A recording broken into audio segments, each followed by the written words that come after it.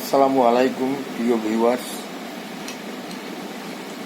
সমাজ সংগঠনের জন্য বা সমৃদ্ধ সমাজ সৃষ্টি করার জন্য পাড়া প্রতিবেশী প্রতি সদাচরণ করাই হলো মানুষের সবচেয়ে আসল কাজ।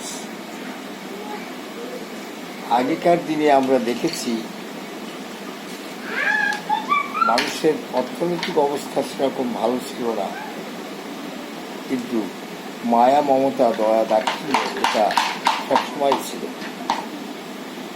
একে অপরের প্রতি ভালোবাসা, পাড়া প্রতিবেশীর দুঃখ দুর্দশায় এগিয়ে আসা, সাহায্য সহযোগিতা করা, এটা তখনকার সমাজে ছিল।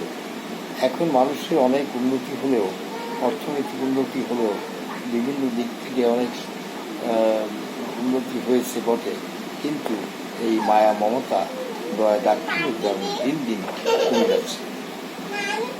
আজ পাড়া প্রতিবেশীর দুঃখ দুর্দশা, সুবিধা অসুবিধা সবসময় নিজেকে এগিয়ে নিয়ে যেতে হবে এবং দেখতে হবে, সাহায্য সহযোগিতার হাত বাড়িয়ে দিতে হবে এবং সকলের সঙ্গে সৎ ব্যবহার করতে হবে। ধনী গরিব প্রত্যেক মানুষের প্রতি অহিংস মনোভাব রাখতে হবে। এটাই হলো ইসলামিক আদর্শ বা মানবতা।